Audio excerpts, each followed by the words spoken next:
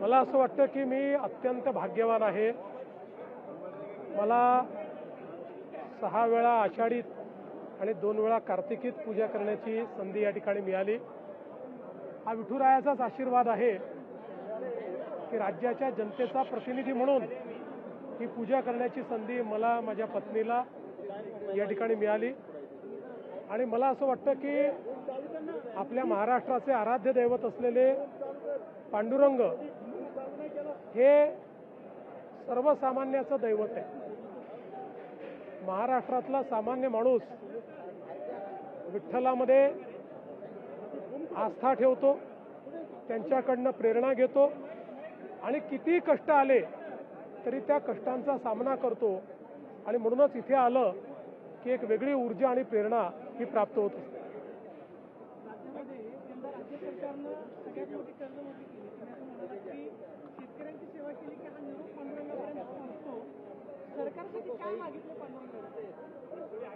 सरकारसाठी काही मागण्याची आवश्यकता नाही। मला असं वाटतं की पांडुरंगांना आपल्या मनातलं कळतं, पण एक गोष्ट मात्र इथे आल्यानंतर मी सातत्याने मागत असतो, कारण ही जी आषाढीची पूजा आहे ही खरीपाच्या हंगामात होत असते आणि खरीपाचा हंगाम चांगला झाला तर राज्यात शेतकरी सुखी होतात आणि राज्य सुखी होतं। आणि म्हणून मी सातत्याने हीच मागणी पांडुरंगांना करतो की राज्यामध्ये चांगला पाऊस व्हावा आणि शेतकऱ्यांना दिलासा मिळावा, शेती चांगली पिकावी आणि शेतकऱ्यांच्या जीवनामध्ये त्या ठिकाणी आनंद यावा अशी मागणी असते।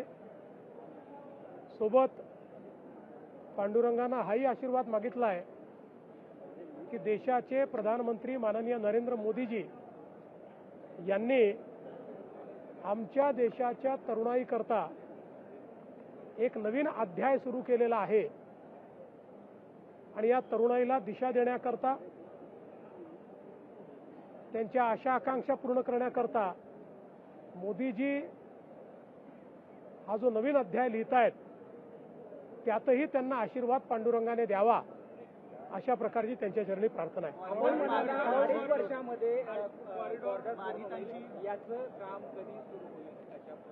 आपला प्रयत्न असा आहे की यावर्षीच काम सुरू झालं पाहिजे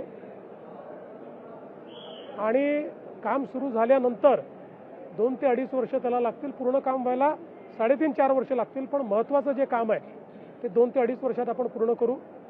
आता पुढच्या काळामध्ये जवळपास सगळ्यांची आमची चर्चा झाली आहे। 80-90% लोक जे आहेत त्यांच्या शंका दूर झाल्या आहेत। 10-20% लोक आहेत त्यांना अजूनही शंका आहेत, त्याही आम्ही दूर करू। आपल्याला सगळ्यांना सोबत घेऊनच हे करायचं आहे। एक गोष्ट मी सांगतो की कॉरिडॉर झाल्यानंतर जे विस्थापित झाले तेही प्रस्थापित होतील आणि खूप मोठ्या प्रमाणात या नगरीचं चित्र बदलेल। इथे राहणाऱ्या प्रत्येक व्यक्तीला या कॉरिडॉरमुळे पांडुरंगाचा विशेष आशीर्वाद प्राप्त होईल। भाऊ, आपण शेतकऱ्यांसाठी दरवर्षी प्रार्थना करतो, विठ्ठल देखील भरभरून पाऊस देतो, शेतकरी देखील भरपूर उत्पन्न घेतो, मात्र हमीभाव हा जो आहे तो आपल्या हातामध्ये आहे, सरकारच्या हातामध्ये आहे। तो जर मिळाला तर कर्जमाफीची किंवा कोणतीच गरज शेतकऱ्याला पडणार नाही, त्यासाठी काय आपण हमी भावाने खरेदी आपण दरवर्षीच करतो, याही वर्षी करू, मागच्या वर्षी केली आणि विक्रमी खरेदी आपण करतो।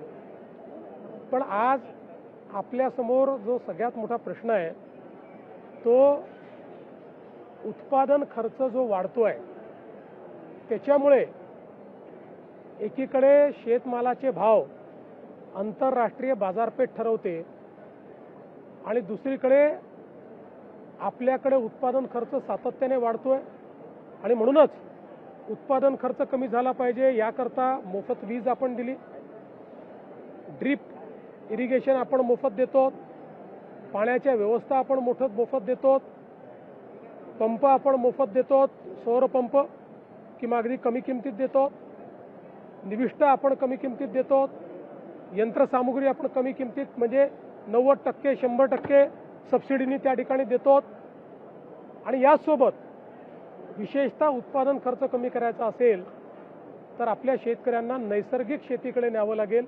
तो आपला प्रयत्न आहे आणि महाविस्तारसारख्या आर्टिफिशियल इंटेलिजन्सचा उपयोग करून 25% उत्पादन खर्च कमी करायचा आणि उत्पादकता वाढवायची, हा आपला प्रयत्न. यातनं शेतकरी सुखी होईल. साहेब, आपण कॉरिडॉरच्या माध्यमातून पंढरपूर हे राष्ट्रीय दर्जाचं तीर्थक्षेत्र बनवत आहे.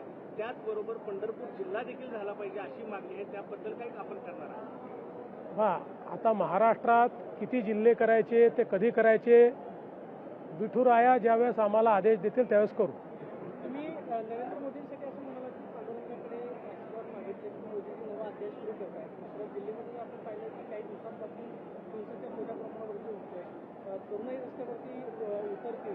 तरुणाईला भडकवलं जातंय की खरंच जेव्हा प्रश्न घेऊन तरुणाई जी आहे ती सपोर्ट करते? बघा, दोन्ही गोष्टी मला दिसतात. प्रश्नाचं गांभीर्य असल्यामुळे शांततेने आंदोलन करणारेही मला दिसतात. आपल्या समोरचं भविष्य चांगलं राहिलं पाहिजे याकरता त्या आंदोलनाला समर्थन देणारेही मला दिसतात.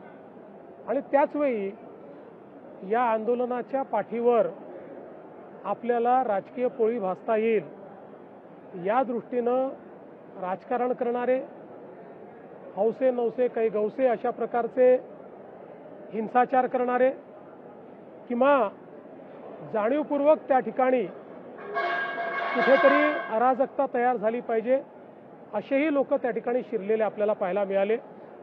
आणि मला असं वाटतं यामुळेच ही सगळी परिस्थिती लक्षात घेऊन श्री सोनम वांगचुक यांनी आपलं उपोषणही सोडलं.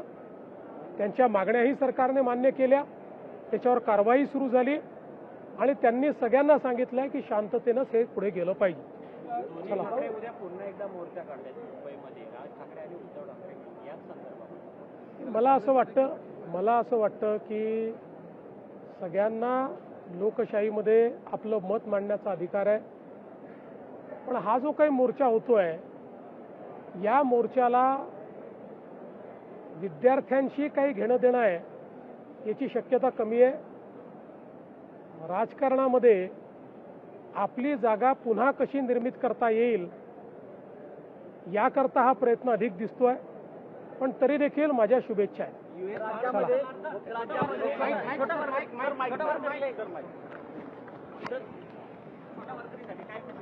महाराष्ट्राचे छोटे वारकरी त्यांच्याबद्दल काही त्यांना एक मेसेज छोट्या वारकऱ्यांनी खूप चांगलं प्रबोधन केलेलं आहे.